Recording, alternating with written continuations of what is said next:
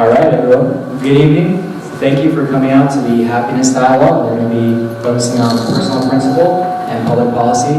So again, thank you so much for taking out the time tonight. So the first order of business, we're going to do introductions. My name is Greg Carvajal. I'm a junior studying political science and sociology. I'm involved in numerous things on campus, and I recently got elected as the president of the Council of Commonwealth Student Governments. And right before me, we have our guests here tonight. I'll start with the Devamrita Swami. He was born and raised in New York City. He's an avid reader and seeker of knowledge ever since from a very young age. He was offered a scholarship to Yale University in 1968. And after studying through various fields of knowledge, he graduated Yale University and convinced that he would not be able to have a place for himself in materialistic society, after being unconvinced of what his studies had to offer humanity. His path led him to become a monk, specifically a Swami. And since the 1970s, he has traveled to every habitable continent except for Antarctica. And in the time he spends in the US, his home base is at the Gita Nagari Farm Project, which he is the director of, which is an hour away from here in Port Royal, Pennsylvania.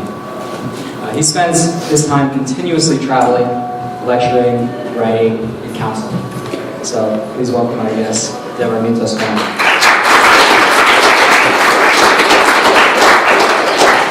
And last but not least, we have Dr. Sam Richards. He is an award-winning teacher and sociologist at Penn State University, and he is the instructor of the largest race and ethnic relations course in the United States. His expertise is in race and ethnic relations. Now, he has been named as one of the 101 most dangerous professors in America due to his willingness to present new ideas and take risks. He has been given he has one of the most widely viewed TED Talks in the world, and also serves as the Director of Development at the World in Conversation Center here at Penn State. So again, give it up for Dr. Sam Richards.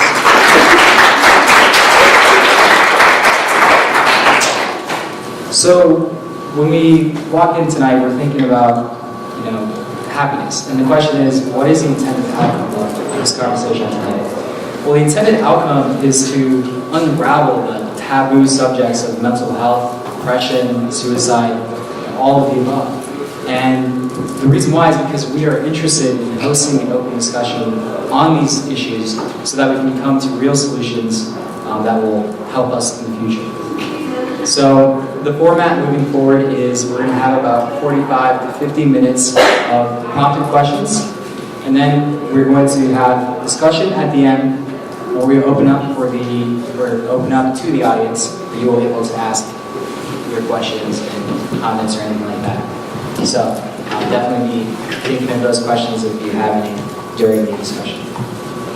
So I will open up the first question for the night. First, I'm going to provide some background information, and then we'll go to the question. A Collegian article from just yesterday wrote that in the CCMH 2015 annual report, a study found that over a 5-year span, the utilization of counseling centers grew at about 5 to 6 times the pace of institutional enrollment. Nationally, and here at Penn State, we've been seeing a huge increase in the number of students utilizing these services. Depression was a primary concern for about 15% of students who sought treatment in the 2013-14 academic year, rising to about 23% in 2016-2017. In the same time period, anxiety rose from about 19% to 24%. To add further context, in the 2014 National Survey of College Counseling Centers, respondents reported that 52% of their clients had severe psychological problems, an increase from 44% in 2013. So to the speakers here tonight, the question I have is, what do you think is the cause of this increase in students seeking mental health services for depression and anxiety? And I want to offer the floor to Devamrita Swami first. To understand fully the answer to that question, we need to look at what is often called the American paradox. That compared to your grandparents, compared to the grandparents of students here today, you enjoy a level of opulence, affluence, and convenience much more than did your grandparents. Yet, at the same time, you're a little less happy, as measured by subjective indicators, and you are much more susceptible to depression and other social problems, psychological social problems. So there's been no doubt about the very significant increase in affluence. Yet there has not been a single iota increase in subjective well-being. So this presents major problems. And the result is that, according to the American Psychological Association, millennials are the most stressed out generation. That stress results in the problems that you mentioned, psychological problems. Now, of course, I can go much deeper, I feel, and try to get to the root of that, but opening in that way, I think, is sufficient.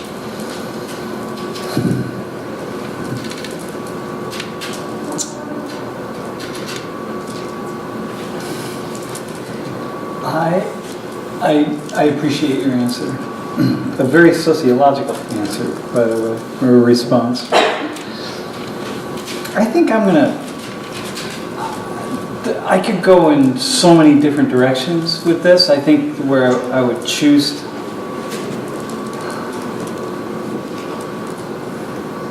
first not to downplay people's what appear to be objective experiences of unhappiness or anxiety or depression or all of the feelings and physiological experiences that we have, that we just put under those umbrella labels, depression, anxiety, and so on. So not to downplay that. And we live in a system that gets very wealthy off of those labels and off labeling people in that way. And I know that if I'm experiencing anxiety, I'm experiencing depression, I'm feeling as though it's this thing that I personally experience. It's a personal trouble. But what I see as a sociologist is that it's also a public issue, and that lots of people who are in my living in the way that I'm living are experiencing the exact same thing. And if I see that, then I have to ask myself, is this really my problem, or is this a societal problem? Is this depression my depression, or is this a societal depression? Is it my anxiety, or is it or if I look around me and I see so many people who are my associates and my friends and colleagues and whatever, who are feeling the same thing, then it's not me. You know, I experience it as an individual, but it's not really an individual problem. So the problem of saying that is that individuals, including some of you in here who experience things like depression, anxiety, and so on, you still think it's yours. And so it's not wanting to downplay that, but truth be told, it's coming from something larger than us, and it's coming from a system that, and I don't like to use this word system, but it's coming from a way of being that enriches itself, and not just in terms of money, but it empowers itself and it enriches itself, if more, to greater degrees if people are unhappy. So that's where I would start the answer. That's the very beginning. This is yours. That's the very beginning of my answer. But oh my gosh. Well, thank you. Thank you. So going off that, how can people become truly happy despite struggling with depression and mental health problems? And Sam, you can open up with this one.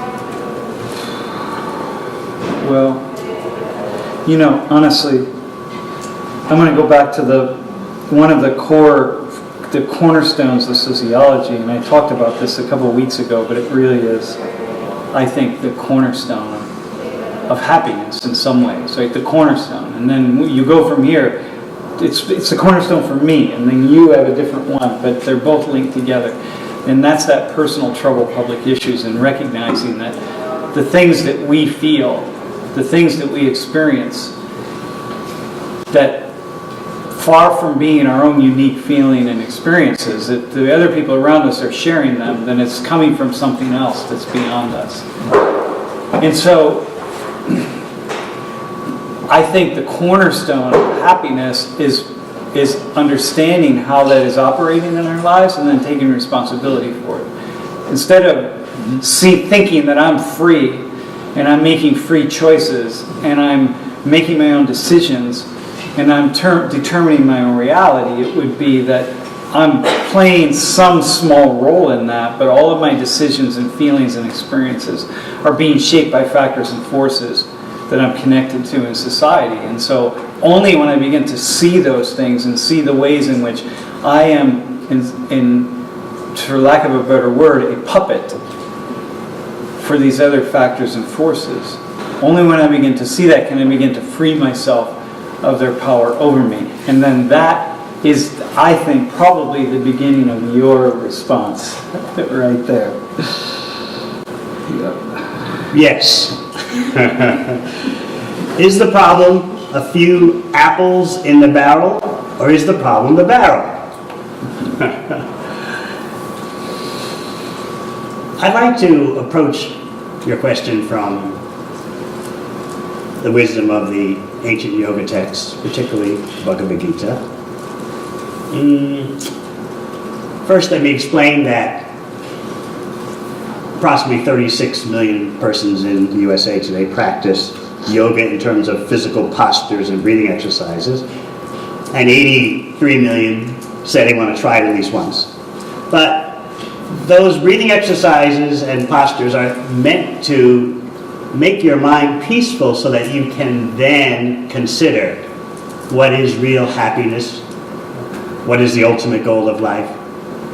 So I like to speak from what Bhagavad Gita would say is the top rung of the yoga ladder, the non-material nature of the self, which will then push you to deal with what is non-material happiness.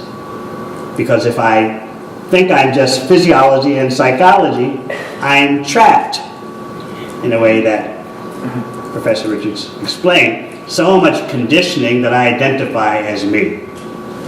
So therefore, I prefer to combine both approaches, dealing with what I would say, according to the yoga wisdom, is the external, while at the same time presenting techniques that bring about an internal awareness. Okay, thank you. Are we? Can I ask? We're going to circle around this question. Yeah, A good deal, right? we will. Okay. If there's, I had a couple of questions, but I'll like. but if you want. No, keep going because I feel like we'll get to them. All right. So the next question is slightly different, but how real is the happiness people experience when they're drunk, high, hooking up with strangers, etc.? And then Swami, if you could help with this. Oh, monks know all about that. This guy here, let him tell you about hooking up with strangers. But hooking up means something else. I can just add real quickly. You can respond to each other, so we won't. Okay. Well, let me be slightly autobiographical. I wasn't always a monk or a swami. I'm from New York, and during my university days, my friends considered I was a pleasure lover in that I always knew where the good times were. The best parties, cafes, concerts, you name it. But I began to consider, if I don't know pleasure that has no beginning or end, how can I truly be a pleasure lover? My reputation is not justified. So therefore I was motivated to seek out higher pleasure because I thought there must be something beyond the temporary comings and goings of happiness and distress. So I think I'd have to preface any answer I attempt to give by explaining that I'm not such an up-to-date expert in those activities. I'll help you out.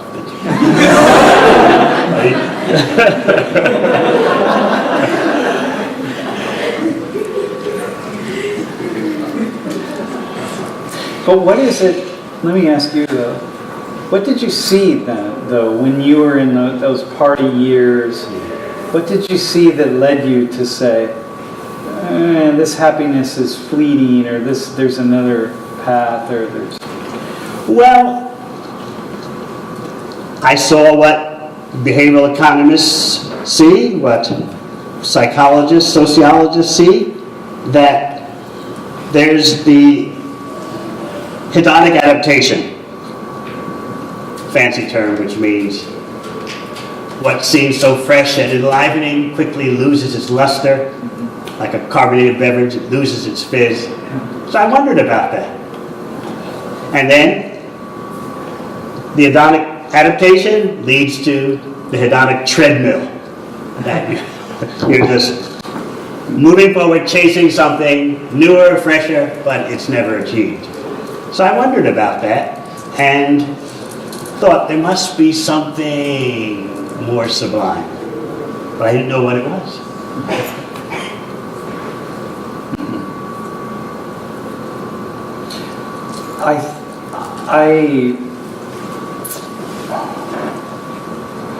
I think from a very young age, I was privileged to have had a consciousness that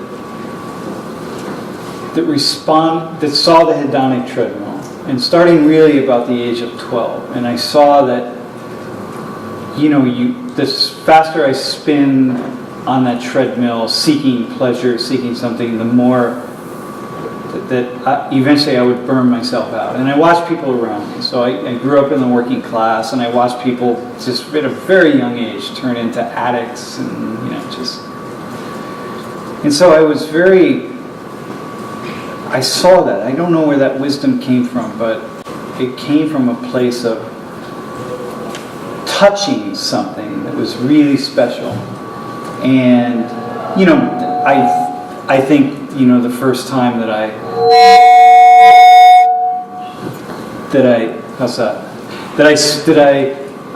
used marijuana, and I had an experience that was just took myself outside of my mind.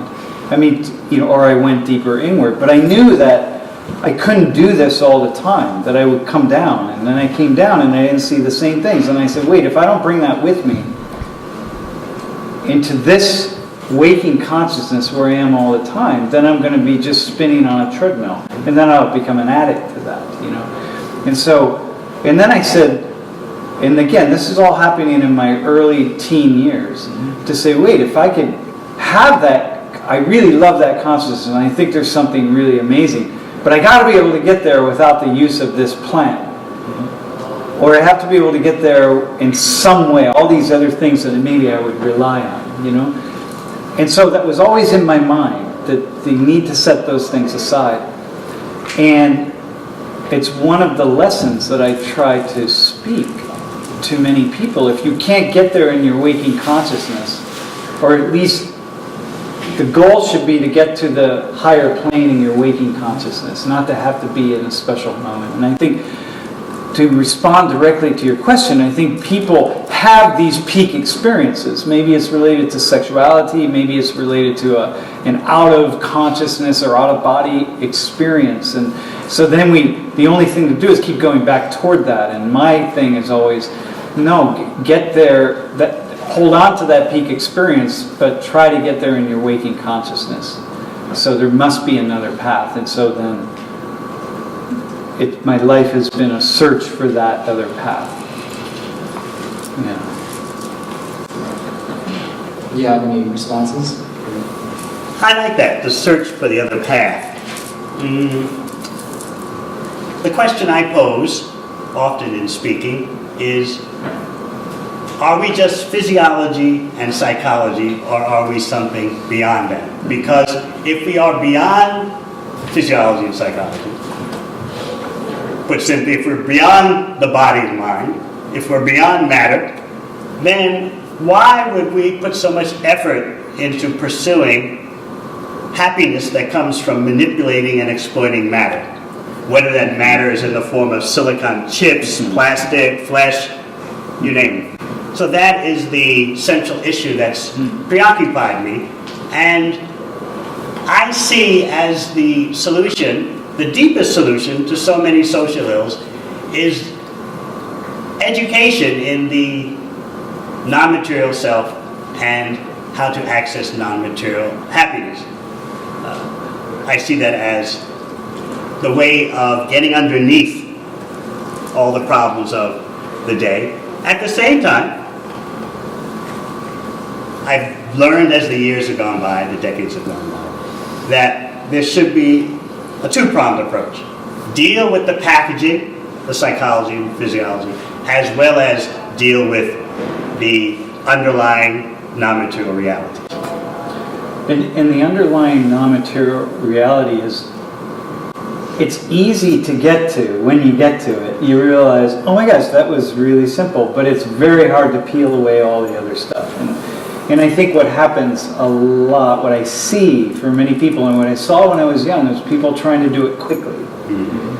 And it doesn't happen quickly. I mean, for some people it does. They're touched. You've met them, I've met them. Something happened at a very young age for them, and they've been touched, and something goes. But for most of us mortals, it's a lot of work, and there are no shortcuts, and we want shortcuts, and there are none. And what I see too often with so many of my students, and everybody, is that it's like the fast food of, if you want to make a good meal, like a really good meal, you have to get good ingredient and the best ingredients. And the best ingredients have to be sourced, because if you're eating factory farm ingredients, all that energy comes into you. So you have to source it, and you have to, then it takes a lot of time to cook, and you have to cook it with love, and you have to prepare it, and you have to, but when you take it in, the richness of it is so profound. But if you get fast food, you're not really being filled up. And I think that's what I see around me a lot, and I see it with students, and I see it with young people and old people, and it's just not there. And so to come back to this, it just takes an immense amount of, you call it education in the non-material self, and he did not mean taking a course called non-material self. This is the best of education with a small e, of like really learning about life. And it is a journey. It's a humbling journey, and it's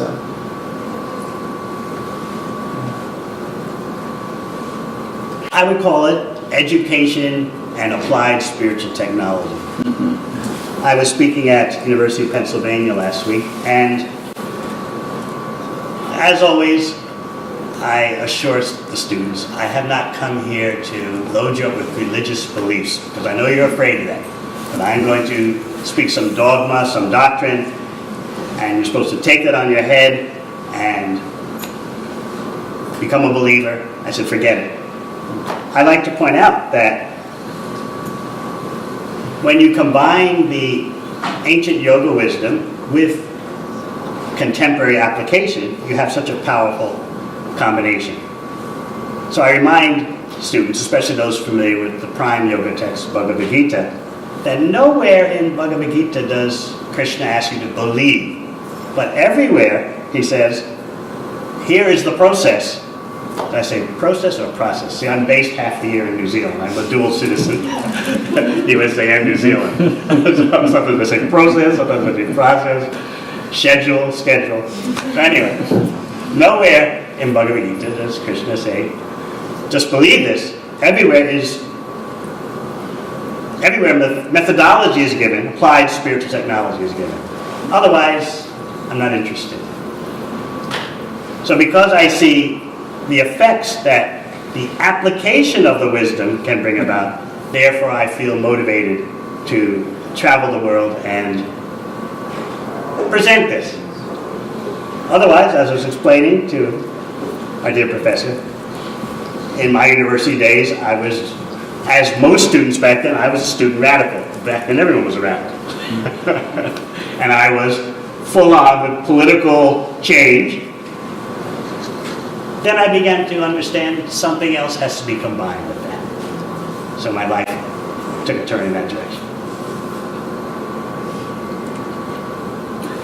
So yoga is, so when you think about going, or the application and then going slow, yoga is a really nice, it's beyond a metaphor, it's a practice that mirrors a metaphor, right? Because you don't just start yoga and do these advanced moves. You start yoga and you slowly work up, and it takes a long time, and it's a dedication, and it's a mind, body, spirit, soul process. And then without, you can't want it, because then you force yourself into some posture and you hurt yourself, and so you have to not yearn for it and seek it, but you do it and you learn that process, and then before you know it, you reach some place of where the posture is really more divine. So it really, it's like sort of the equivalent of the fast food thing. You can't just go after it. You will get lost. That's a very significant point. I like to stress the ancient wisdom in terms of its contemporary application by using the term lifestyle engineering. Mm-hmm. That your lifestyle is like your life is like a laboratory. Almost said laboratory, but your life is like a laboratory, and by making adjustments and transformations, your experience changes. So that is what the yoga system brings about at the higher levels, beyond the postures and the breathing, which are so important to bring about calmness of mind. Otherwise, without calmness of mind, there's no question of making any further advancement. Mm-hmm. Mm-hmm. But you know, in this, excuse me,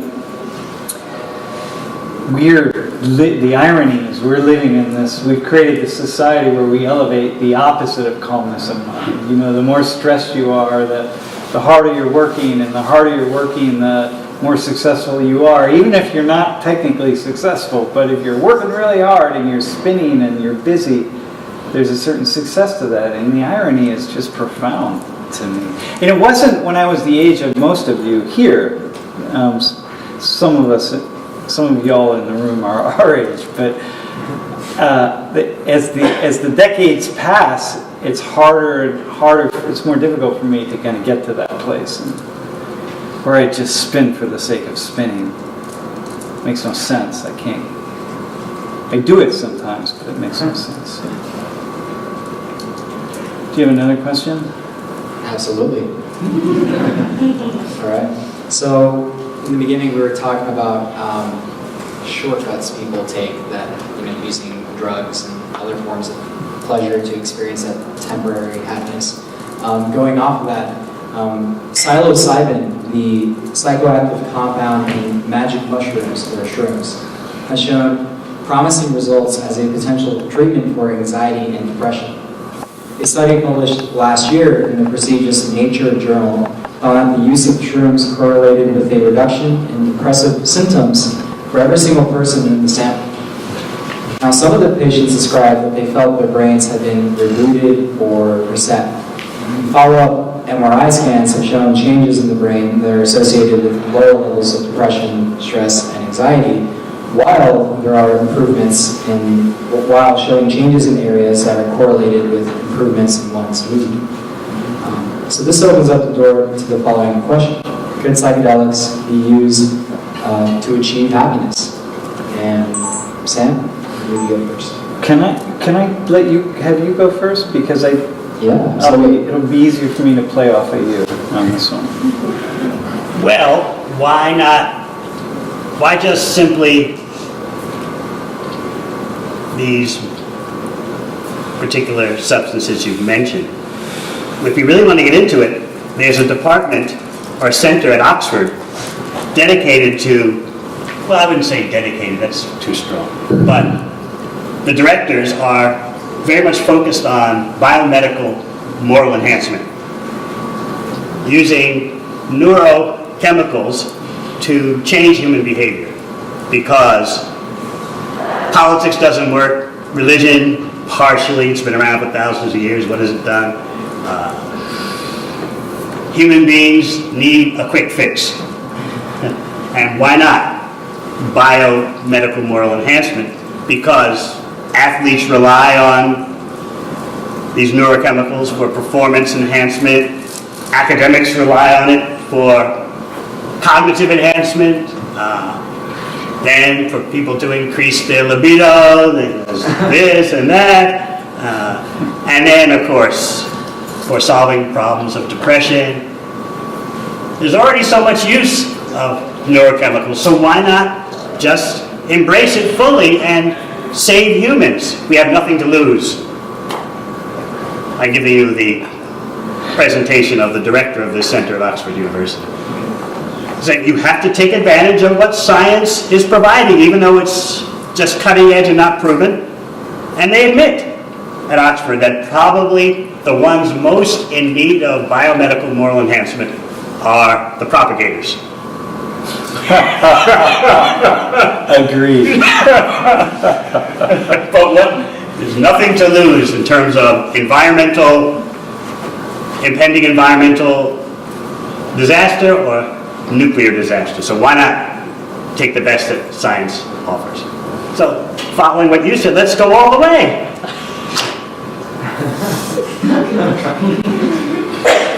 But that's not your approach. I'm just tossing the ball in the air for you to swat. Well, so my take on it is that any time the institutions get their hands on something and they're going to monetize it in some way, we've lost it. We've lost it, right? So when I read that article, I think, well, I'm sure that's true. When I hear that, and I read it, and I remember reading something about that myself, I thought, well, of course, I'm sure that's true, right? And I have no doubt that that's true. But once again, it becomes this really wonderful possibility connected to this institution that is not out for healing, not out to connect people to their higher selves or to higher powers or deeper, however, but really out to empower itself and deepen its own position in society, right, and to make money. So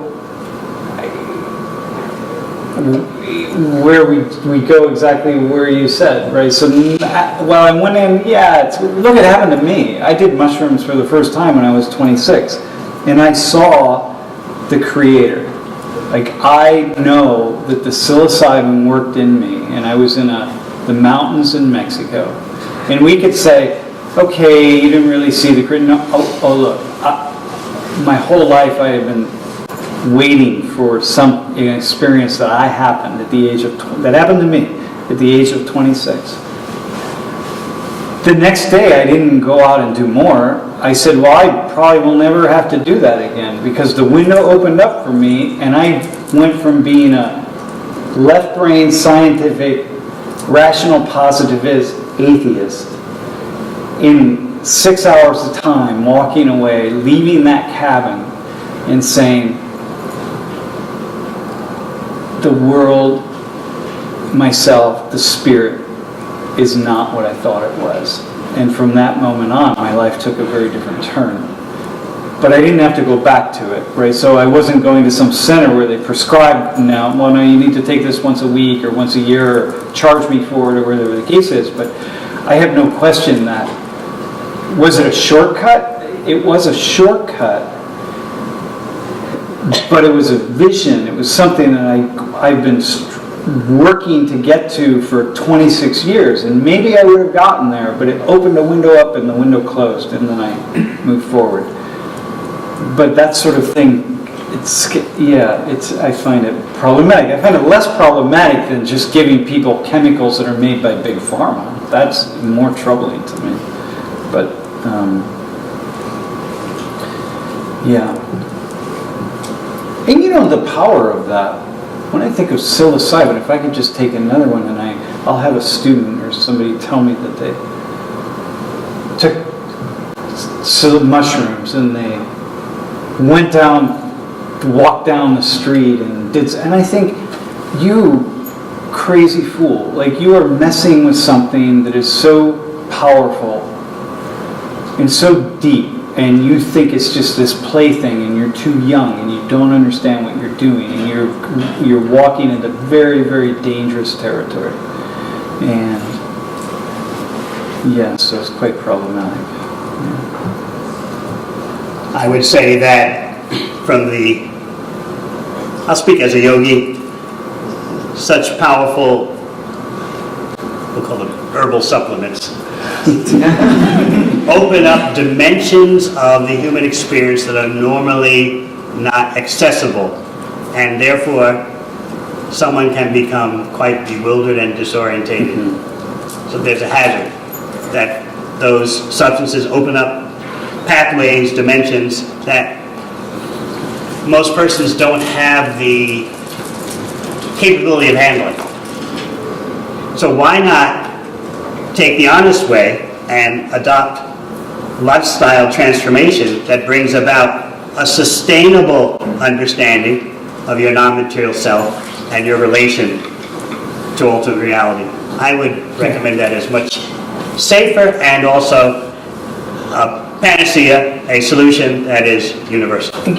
Especially because the most likely reason you're feeling this disorientation, whether it's depression, anxiety, any number of things, the most likely reason, or the biggest contributor, mind you, I know that some bodies are chemically imbalanced. That's not a question, right? There are some people, they have a chemical imbalance.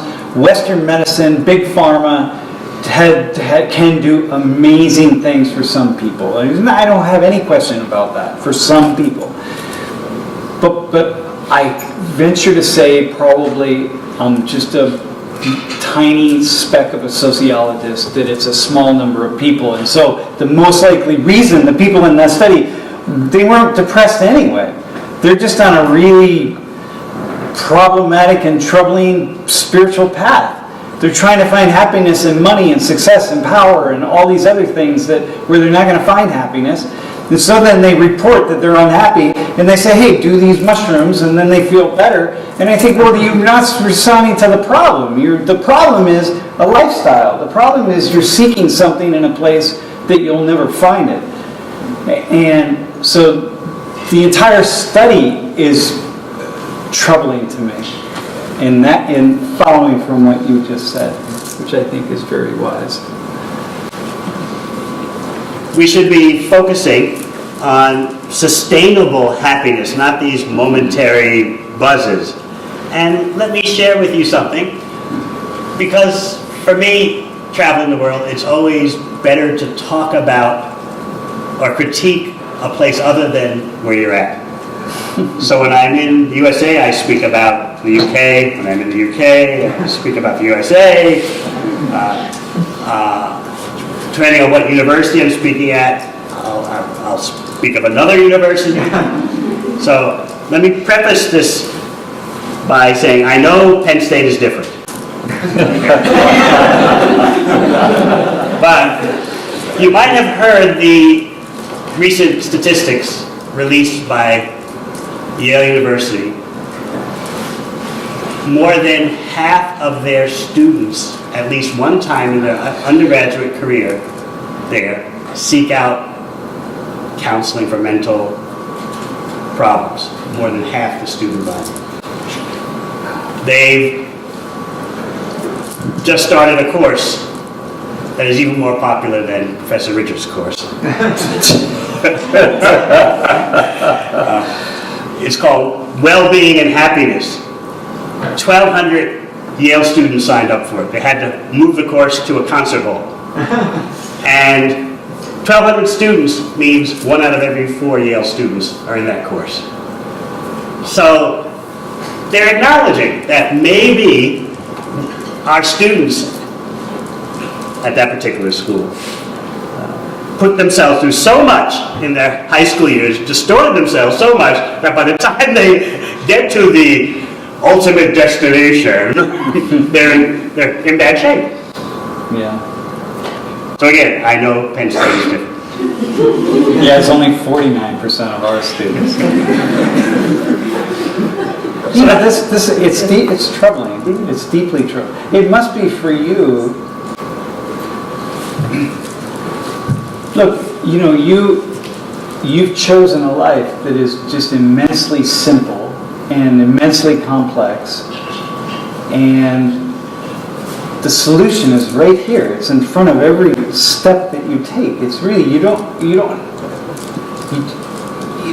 know, it's like I tell my students sometimes, it's like, it's not that hard. It's not that difficult. You don't have to keep searching and running around. And so that half the student body, or so many people would take a course on wellness and happiness. It's like, please, what are we doing? Like, this should just be, this is antithetical to everything that we can imagine would be part of this great country of the United States. If we're so great, how is it possible that so many people would even want to sign up for a course like that? This should just be part of one's nature, one's general sense of well-being. And You've probably heard the joke. Why do they call it the American dream? Because it's a dream. Because you have to be asleep to believe it. Yeah.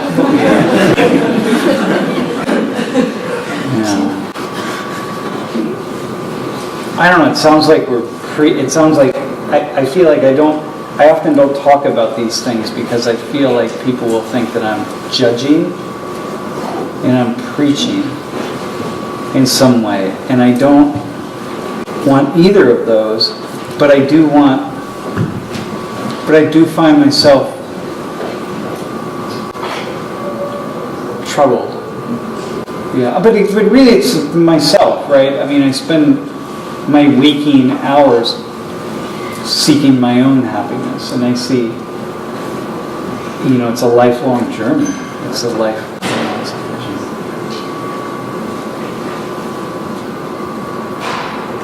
You know, I have a philosophy I want to bounce off of you and see what you think about. See where this fits with.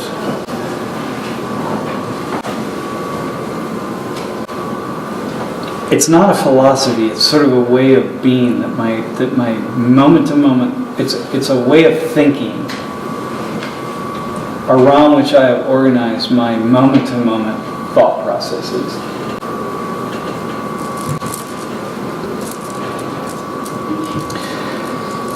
And the idea is that every action I take has the potential for a positive and negative outcome.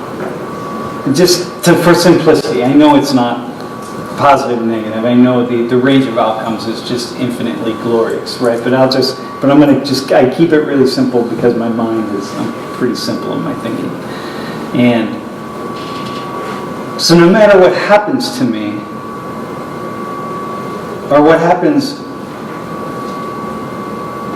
no matter what happens to me, I know that the impact is both positive and negative. And so no matter what I do, or no matter what I want, if I want something to happen and I don't get it, then I know that the outcome of me not getting that is both positive and negative. Or if I seek something and I get it or I don't get it, even something I seek and it's really something I want and it's this really amazing thing and how wonderful, and you know, the opportunity to have this conversation with you, but it could have a negative outcome, you know, and so you never know. I never know what those are.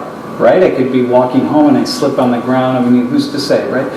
And so, because of that, moment to moment, whatever happens in my life, I just very quickly in my mind say, well, that's okay, this is perfect.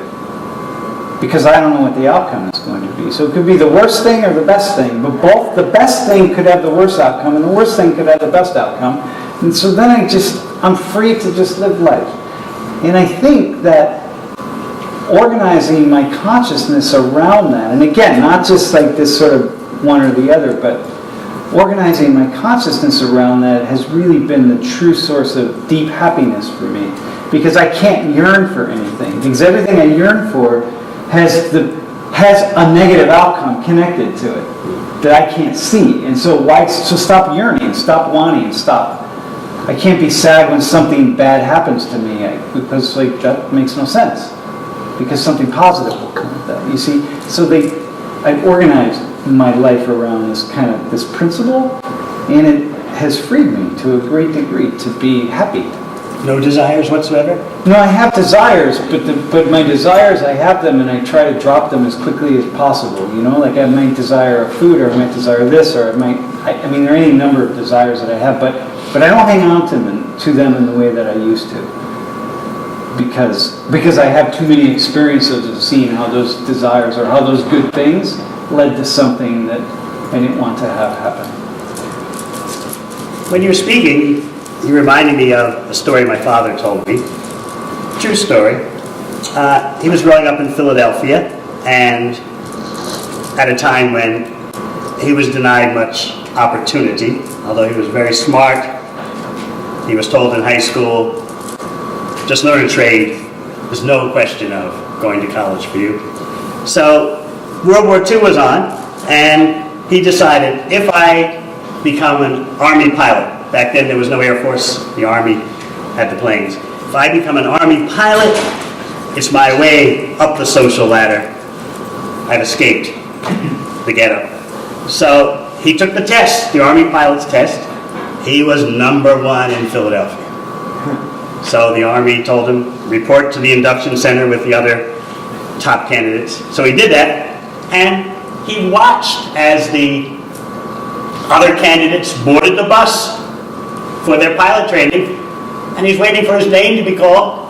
His name was never called. So he finally went to the officer in charge and said, excuse me, but I'm waiting to get on the bus and go for pilot training.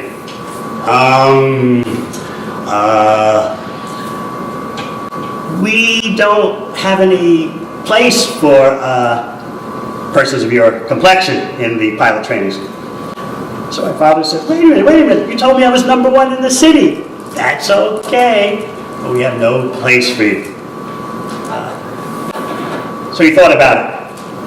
And then, being a young guy, he said what came to his mind. You know what? I think I'm going to go fight for the Germans. Could you say such a thing? Hitler, Nazis, haters. I'm going to fight for the Germans because at least they're honest. So anyway, what happened? The Battle of the Bulge, and all those who went to pilot school never made it in planes. They were pressed into the infantry and they didn't come back. He survived because you call it destiny, fate, karma, good luck, bad luck, who knows? Structural racism. So,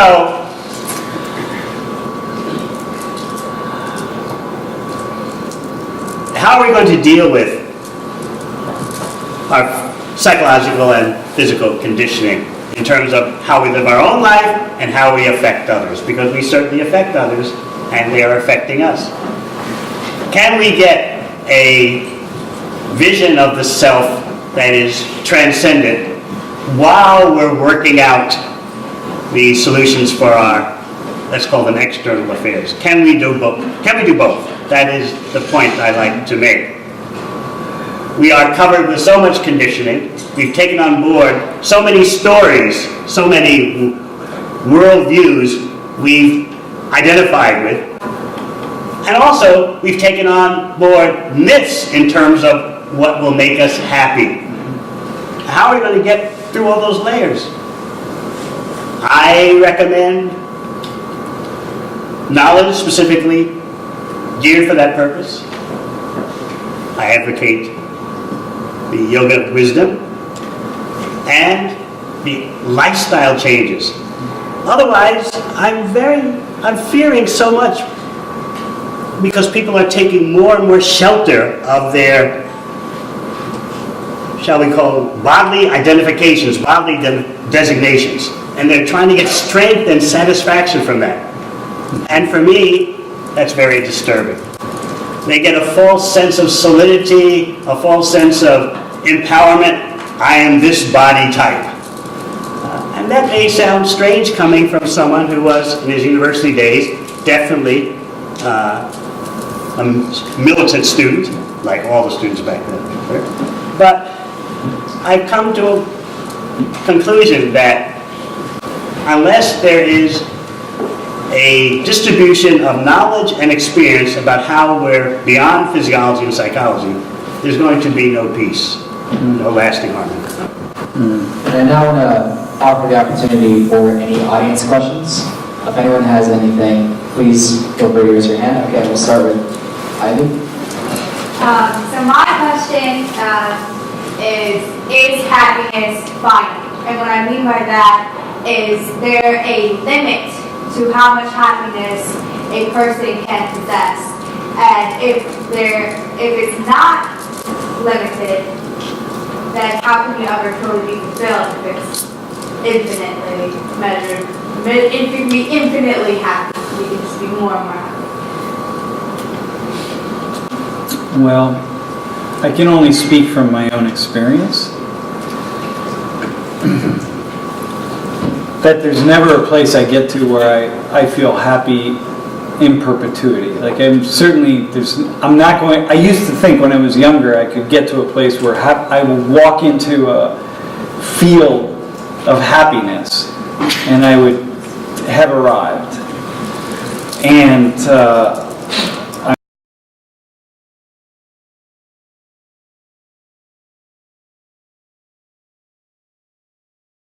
maximized how long they last and how deeply I feel them, and that's really lovely. So, can I feel it more deeply for longer periods of time? I imagine so, and I think as I age, I'm finding myself able to really be in a deeper, authentic happiness. Like really feeling it and living it. And I'm hoping that, when I get into my 80s and 90s, I know that I will feel it even more powerfully. So that would be my response. It's definitely not a thing you arrive at and you get. It's like love. Love, it's something you have touchstones and keep coming back to it, and then it just can get deeper and richer. I'll speak to that from the perspective of a bhakti yogi. If you look at the second chapter of Bhagavad Gita, there Krishna explains that there's such a thing as the non-permanent appearance of happiness and distress, which comes and goes like the winter and summer season. The aspiring yogi should not be disturbed by these comings and goings, and indeed should tolerate them. In other words, beyond simply the toleration of ephemeral or temporary happiness and distress marching in and out of your life, the yoga texts will say because of karma, but that's another subject. Beyond that, on the platform of the non-material self is happiness that is of a distinctly different composition. So therefore, part of my work is to motivate students, or just to plant a seed, for them to critique material happiness as conventionally known. Or put a better way, that they will critique happiness as conventionally known. And then start to wonder, could there be something beyond that? I don't expect to overdose them in one sitting, but I'd just like to plant that seed, just as Professor Richards does so expertly in his world-famous class. He makes sparks appear. But yeah, I wanted to say, no, gosh, I had a thought. Yes, somebody else. Yeah, someone else had a question. Oh, no, I have. Let me just say this. I got it. But critiquing that, what he's not saying is that critiquing the world around us is not the equivalent of happiness.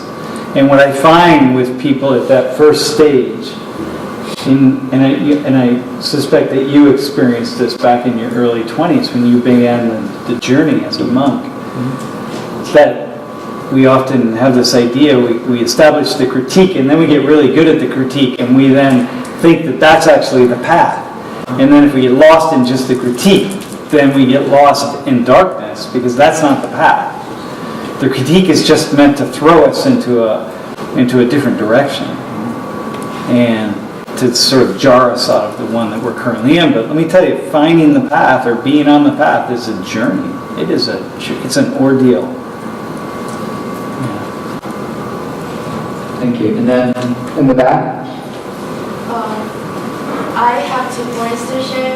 The first one is about lifestyle, and I just want to share one personal story from me. So 2 weeks ago, I was waiting for a bus on the Island Street, and a drunk guy came to the bus stop and waited the bus with me. So it was really nice. So I shared my umbrella with him. I wasn't afraid of him doing anything because I knew he hardly can walk.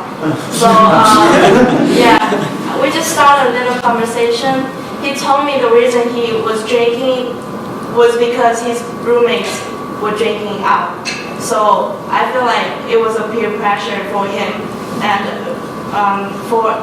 after that conversation, he told me that he had a soccer team when he was in a branch campus. But then he gave up on that because he felt like drinking is fun for him.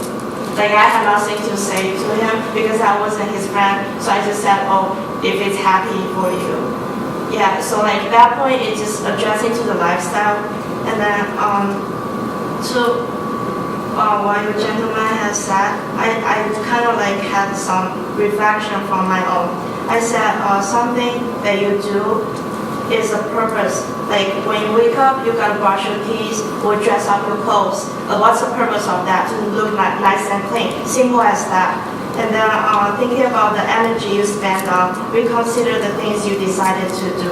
Also relates to not the last point, but the point that you said, negativity and positivity, that Professor Richard, you feel like it's a balance. Or at least I feel like it's a balance. Because in physics, we talk about the neutrons or like the electricities. They pass along with the either it's from temperature or anything. It's physics. The energy remains the same. So in many ways, yeah, it's like, there's so much. It strikes me that your path is so filled with balance. So much is balance. Am I right on that? Would you call it that?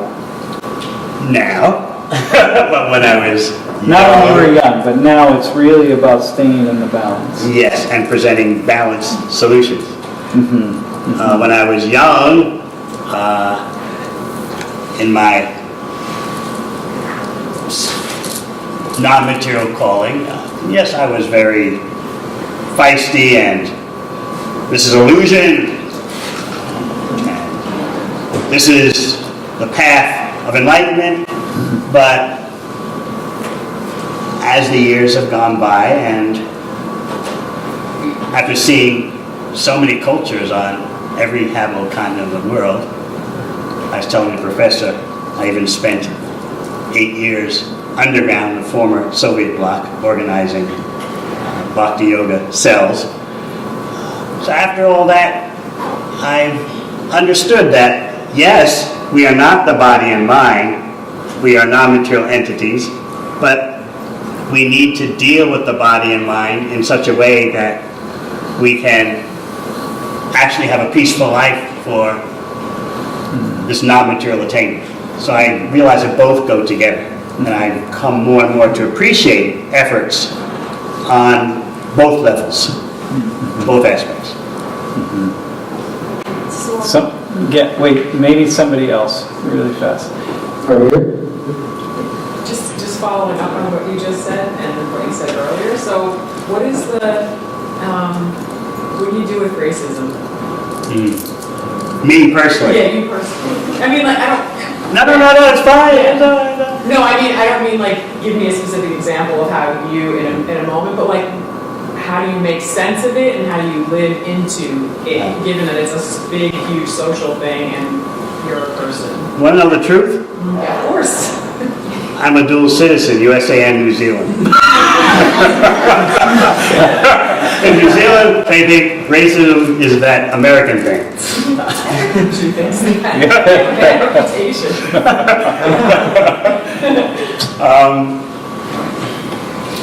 I personally look at it in this way, and this is what my spiritual teacher taught me. He said, those who treat you as if you're the body are wrong, and you are wrong by identifying with that. So both are wrong. And that made me think very deeply and snap me out of the routine of the blame game. How could you treat me like this and that and so on and the other? And in other words, I'm making a mistake by allowing someone to identify me as my body. And of course, even that bodily designation is often wrong. They don't know my DNA. You want to get into it? Well, I've got African DNA, I've got Scottish DNA, I've got Native American Indian in me. So when you take that darkness on, right, that racism on, what you just said is you're seeing yourself as your body as well. So you're no different in that sense, right? Like you're doing the same thing. Yes, I'm mistaken, and I'm perpetuating the mistake. It's my fault for not having a higher conception of myself and tapping into that higher conception. Yeah. Just like if someone would criticize him, you've got that blue shirt on. Disgusting. He knows he's not the blue shirt. So similarly, I have the responsibility to understand my non-material self, and that will make me immune to being demolished by some bias aimed at what people perceive as my designation, my clothes label. Still, I acknowledge the problems caused by all that false identification, both in those who are pointing the finger and those who are feeling the finger pointed at them. And I appreciate efforts to reduce this problem, even though we're not the body. So how's that for a two-pronged answer? But and what you're saying is, and then Natasha, you can go next. And what you're saying is, it's kind of like the pharmaceutical industry giving drugs to us, mobilizing solely around positions of power and what we look like and the things that happen because of what we look like and who we are and our ancestry is also, it has its problematic side. Yes. And I say that as a white man who sits here, right? But recognize. Are you sure about your DNA? Well, no, I'm 1.8% sub-Saharan African. So so it is. Yeah, so that's that other spiritual path, right? That's that other kind of vision of seeing. You can't talk about that. You have to be on that path to really see. So my question is, I don't think there is higher rates of depression and anxiety with minoritized populations and marginalized populations, lower income people, just all that. Generally, like you see just higher levels of obviously discontent and unhappiness. And I think that having conversations or like thinking in this fashion can be somewhat, like when I think of myself in that position, hearing this conversation to me sounds like, okay, but like I have to put food on the table. Like how do you have a conversation about this journey that seems so necessary with people in those positions? Well, I can speak for myself on that. So I've met many people who have, who the mainstream world would identify as minoritized and marginalized and deeply impoverished who are on a spiritual journey. And so those things are just kind of side issues for them. And they recognize that they may die a younger life, and any number of things might happen to them. Their children are more likely to die an early death. I mean, there are all sorts of things, and they're on a spiritual journey. They're on a different kind of journey, so they're not interpreting those things in the way that many of us in the West interpret them. So, look, what's the difference if you live 20 years or 90 years if you're not happy? Like, what do you think? You're going to get happy in your 89th year? I mean, what's the point of that? It doesn't matter. So what I would say, this is one of the reasons, people go to Haiti. So I travel to Haiti a fair amount, right? And people who go to Haiti and they see people in a different way, and then what people tap into is, wait, these people, the people who I'm encountering, have so little, and yet I'm watching them laugh. And I'm watching them smile, not just laugh and smile, but I'm watching them able to laugh and smile. And I'm recognizing that, wait, laughing and smiling and happiness isn't just related to how much I have. And I think that really throws people into this a very strange place. And so they come back kind of thrown off. Like, that didn't seem normal. And because the idea is that you would go, and people who are so impoverished would be really unhappy and sad and struggling, right? And then the question is, they're not, and I have all these things, but I am. And so then people struggle in that way. So that would be my response. I mean, it's not something that, when I was 20, I wouldn't have seen what I see now. And so now at my age, I see it. I understand I see it.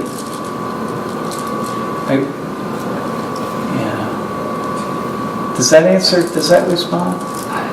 It's a complex question. Yeah, kind of, just because in terms of literal rates of depression and anxiety, I do definitely see people in impoverished nations who are content with their lives and live in a way in which they take in every moment and are thankful for what they have.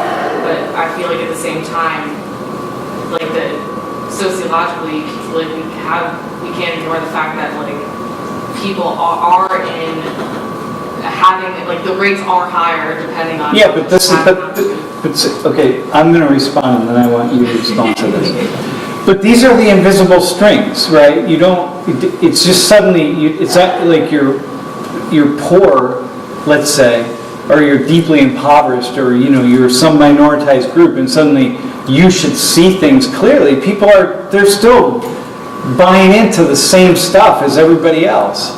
And so how many people have you met who had absolutely nothing but who are in this joyous posture of life?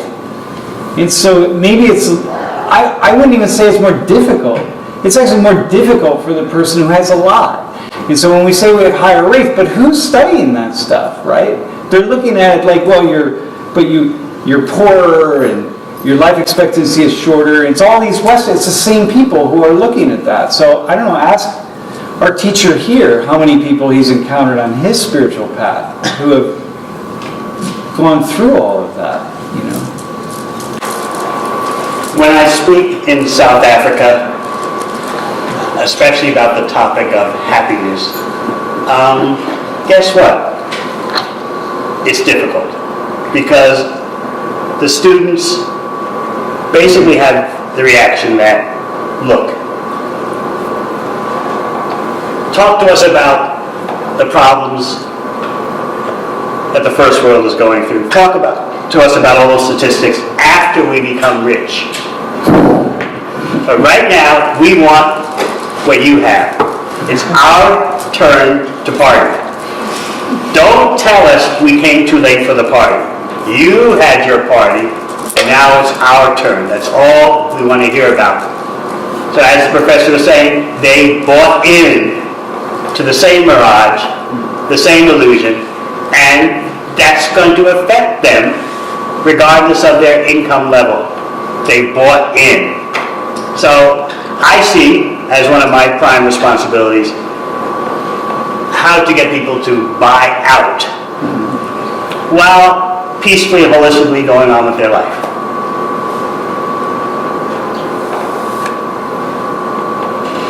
And that's not to say, that's not elevating poverty. Oh, but they're poor, but they're so happy, and they don't have all of the constraints that we rich people have, and oh, isn't that so lovely? It's not that. It's just that we're all connected, we're socialized by and connected to a system that is not working, that is not arranged and oriented toward happiness. If everybody was happiness, the entire system would. If everybody was happy, the entire system would collapse in a heartbeat. It doesn't. Like, you don't buy. You know, it's like advertising. It's meant to make us unhappy. That's the point. You're not going to buy anything and consume something if you're happy, if you're content. Look at how big is your wardrobe of all the many different articles of clothing? It's like, it's not big. You don't need that. That's not where he is. So this is the...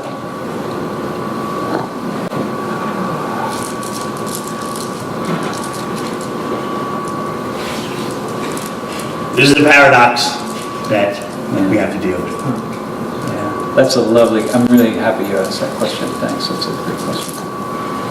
So you talked about the non-material self. And so my question would be, what is the non-material self? And further, do you think that the self is separate or can be separated from the external? I'll let you take that. Only because I want to hear what you have to say. Teach me something. Once again, referring to the yoga system as a ladder. Remember, the postures, the breathing exercises are not simply to make you lose weight or have a healthy body. All that is good. The world's best system of exercise, but the purpose is to make your mind peaceful and calm so that you can then start to contemplate your non-material identity and gradually gain experience of that. In other words, what is it about you that doesn't change, although the body and mind are always changing? That experience is the gift of the actual yoga system. And as you go higher and higher up that ladder, then you realize you're not simply dealing with your finite conscious self, but you're dealing with yourself as part of the supreme whole, the supreme consciousness. And there's a relationship between the two. So that's the top rung of the yoga ladder. So if you want to revert to Sanskrit terminology of the yoga system, there's the Atma, which refers to the non-material self, and then there's the Paramatma, the supreme self. How to experience that rather than simply have a doctrinaire understanding, that is a great career. Fair enough? That's a journey. It's a journey. I actually, sorry about that, it's a little loud. I actually want to now have our speakers summarize, what their main points were in about 2 minutes or under. And can we just take her question Please. first? Let's take the final one. So I just want to kind of synthesize some of the things that I've been hearing and perhaps not hearing tonight. And so we're talking about, the non-physical self and the self, and how we have these two prongs that we have to follow. And when you tell someone who's not experiencing happiness and they're frustrated by that, it feels very real. It feels very in the body, even though it's in the mind and the interaction between the two. But talking about drugs and altered experiences and perceptions,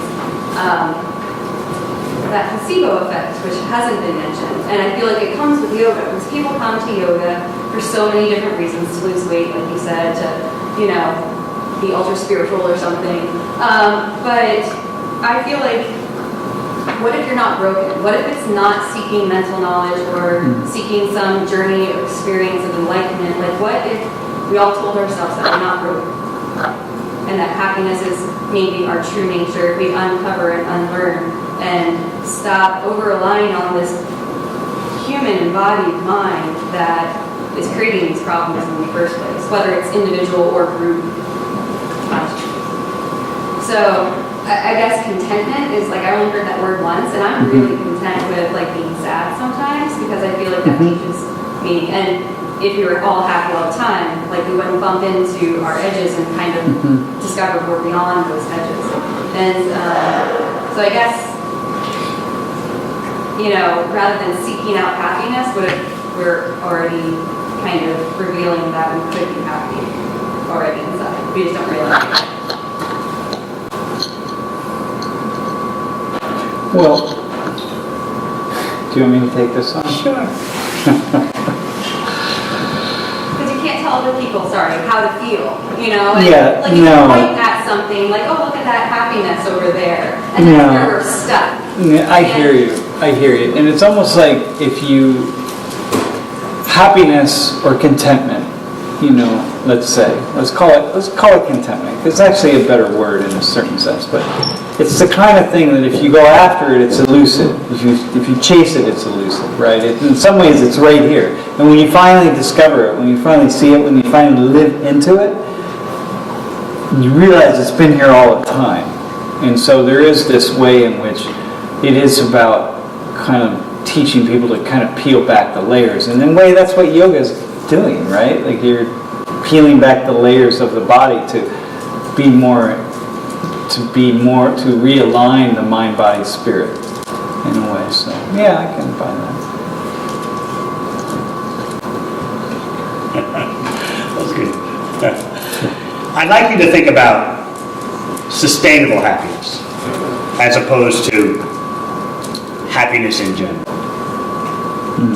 Sustainable happiness means happiness that contributes to the individual, community, and planetary well-being. But let's consider the negative side. It doesn't involve exploiting other human beings, the environment, other species, and future generations. So I think if we start to think about sustainable happiness in those terms, then we start to become more happiness literate. And we can develop what I call sustainable happiness champions, who are very much concerned with their happiness footprint.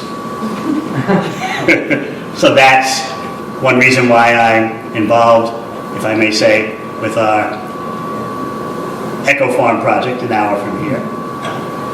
We're trying to show the unity of life and how all creatures can exist in a non-cruel way, slaughter-free way. So that's an example of a mature understanding of Bhakti Yoga, involving not simply your own happiness, whether sustainable or not, but also your links to all living entities. So that's what takes up an enormous part of my time. You know, these are summary thoughts, I think, as well. Here. I think that you know, when you mention sustainable happiness and, you know, torturing other beings, I can't be happy torturing other beings, right? Whether it's human beings or other beings and other creatures. It's a cycle. We're in a big system together. So if I'm doing harm here, in order to be happy here, I'm not going to be happy here. It's just not possible. And so that's where you know, for you, you've taken this, you've really taken this idea to a radical, it's not radical, but it's a radical conclusion, right? Because you really aligned your living, right? The dressing, eating foods that have not been tortured, you know, eating foods that don't have pesticides, eating that don't have chemicals. I mean, really, it's a full. Okay, you fly on airplanes, right? So you could say, all right, not everybody has to go that far. But if we just start backing off a little bit and say, well, what if I stopped eating factory farm meats? What if I stopped putting pesticides on my vegetables? And what if I stop what if I started paying more attention to where I bought my clothes and who made my clothes and certain things like that? And then we start just kind of backing it down. And as each one of those things we sort of peel it away, we can start to feel this greater authentic happiness. And I think that's what you've taken it really far. And I think, well, the world would be a better place if we all took it that far, honestly. But a better place. I mean, I think that we'd have more authentic positivity, but you don't have to go that far. Unfortunately, we don't have any more time. However, our speakers will be sticking around after, so you can come up to them with any additional questions you may have. But thank you to the speakers for coming out today. We really appreciate it so much.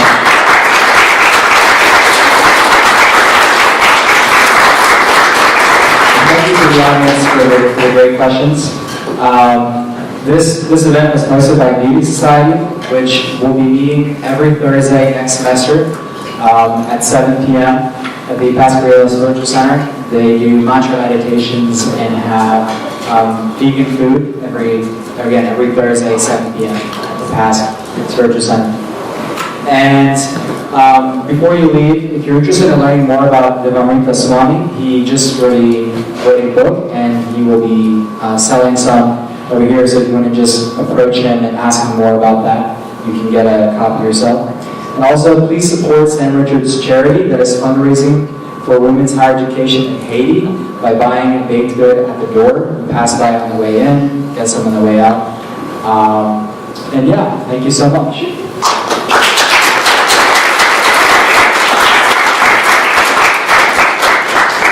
And thank you for sponsoring the event, everybody in the group.